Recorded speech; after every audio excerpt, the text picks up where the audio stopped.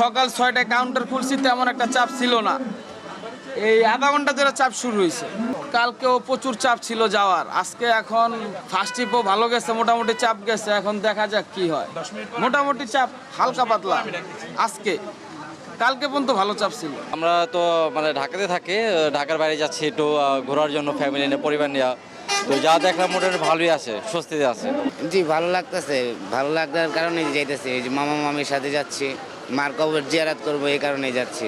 আমাদের চাকরি বাকরি নাই গা, আমরা এমনি অন্য কাজ করি আর কি, এই কারণে তারা নাই গা, এই কারণেই ঈদের পরেই যাইতেছি। ভালো লাগছে, ঈদের ছুটিতে যাচ্ছি, ঈদের পরে যাচ্ছি। যে ঈদের ছেলে মেয়েদের পরীক্ষা ছিল, এই জন্য যাইতে পারিনি, এই জন্য ঈদের পরে যাচ্ছি। ঈদের পরে যাওয়ার কারণ হলে, কারণ ঈদের পরে গেলে জামটা কম থাকে, আর ঈদের সময় গেলে জামটা বেশি থাকে, অনেক রিস্ক থাকে। অনেক চাপ, মানে বাচ্চাদের নিয়ে গেলে অনেক জামজট থাকে, তারপর মানুষের চাপ থাকে বেশি, অনেকটা অস্বস্তিকর ফিল হয়, আর রিস্ক থাকে বেশি দুর্ঘটনার জন্য।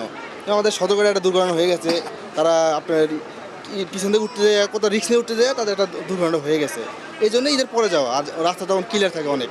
এখানে আমার সংসার, আমার ছেলে আছে, ছেলে বউদের সাথে ঈদ করলাম। এখন দেশে মানে গ্রামে যাচ্ছি একটু দেখাশোনা করার জন্য। ঈদের পরে যাওয়ার কারণটা হইতেছে মূলত ঈদের আগে ঈদ সামনে রেখে সবাই গ্রামে যায়, সেই সময় অনেক যানজট থাকে, আর তখন অনেক মানুষ অনেক কিছু ব্যস্ত, এমনকি মানে অসুস্থতা বোধ করে। বাসে যাওয়ার গেলে দেখা যেতেছে যানজট, তারপরে অনেক ধরনের রাস্তাঘাটে যাই ঝামেলা, অনেক নানান ধরনের ঝামেলার ভিতরে পড়ে।